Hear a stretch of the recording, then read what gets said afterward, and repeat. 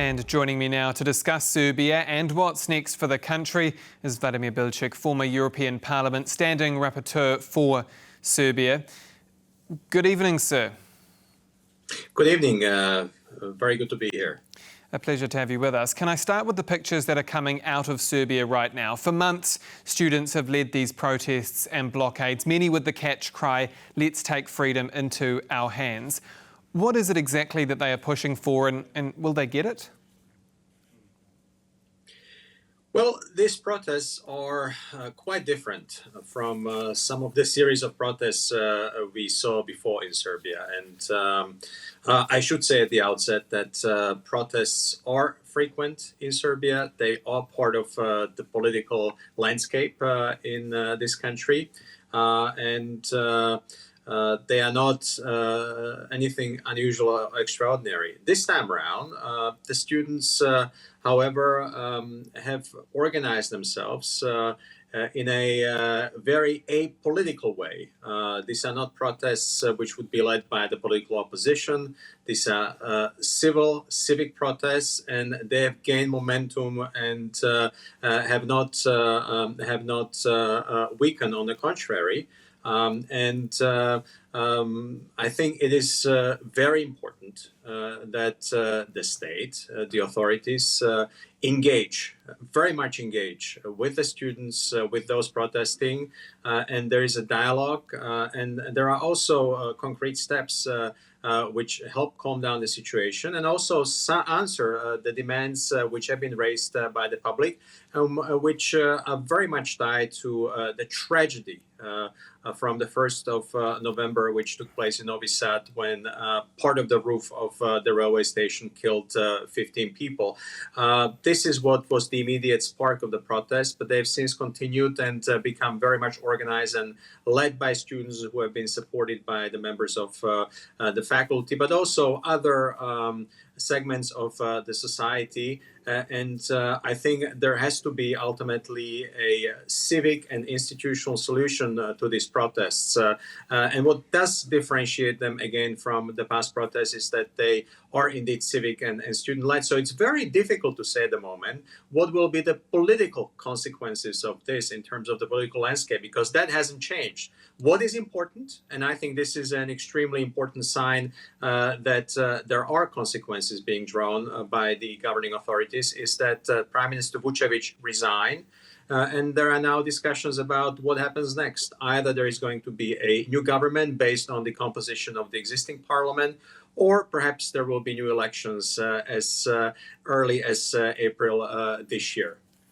Certainly a complex situation, and like you mentioned, we've already seen the Prime Minister resign, sort of quit to try and reduce those tensions. When you talk about that potential political change or the inability to, in a way, read the tea leaves on what will happen, do you think, though, this could be the end or the beginning of the end of President Vučić? And do you feel like that the Prime Minister's resignation has had any impact? Well, look, the President Vučić has his mandate until 2027, and I don't see anything in this protest which would suggest that that mandate will be shortened. I think that mandate will be fully carried out by President Vučić, who, by the way, won the last presidential elections quite decisively and does have a strong mandate in the society.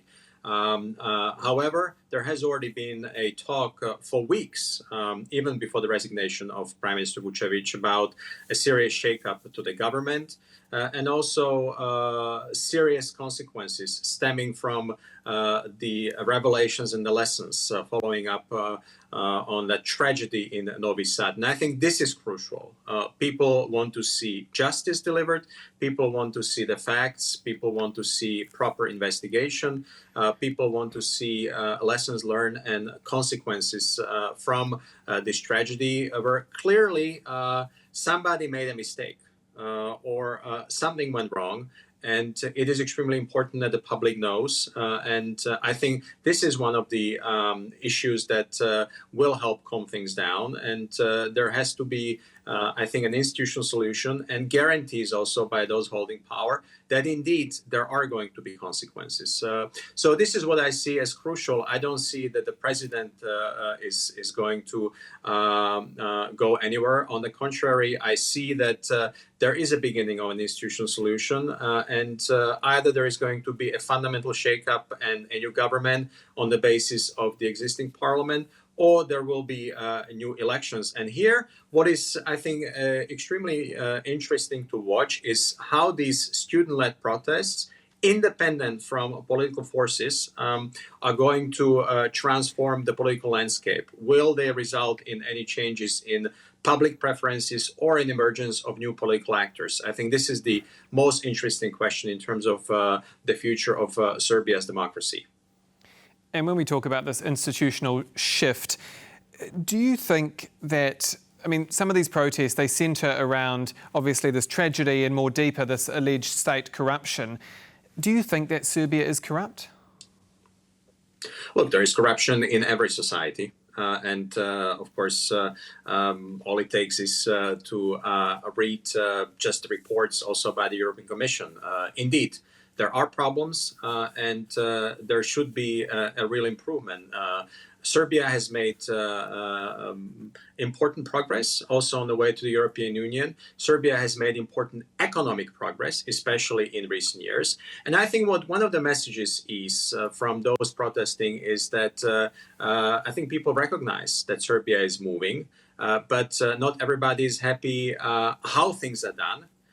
And that also includes questions about potential corruption, questions about the way justice works in the country, questions about transparency. And I think these are important issues for the people who recognize that there is progress, but are not happy how this is done. I think it is important to draw lessons from this. And that also includes focused fight against corruption, focused fight for a better state of rule of law, justice, and ultimately this is going to help accelerate Serbia's progress towards membership in the EU, because I think on the economic side, Serbia has performed very well.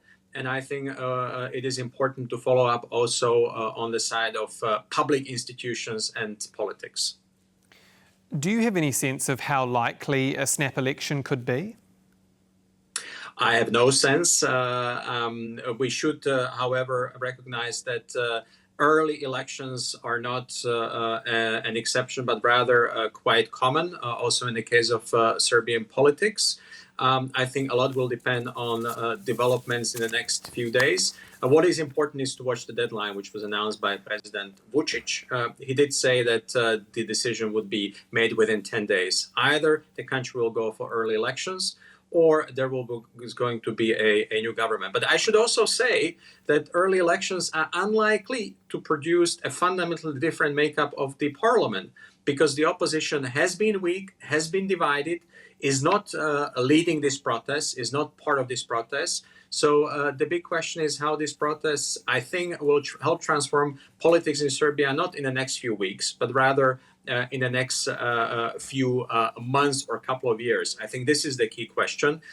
So even if there are early elections, I don't expect a fundamental change in the makeup of political forces based on what we have and what we know now. I think what is more important is that the messages from this protest are taken seriously, and that people have a sense that the authorities are listening to them and are taking up the demands which have to do with justice, freedom, and a certain sense of citizenship and equality.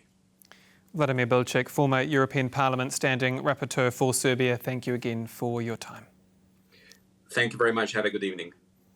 And that's all for World News tonight. Do stay with us here on TVP World. I'm Aaron Darman.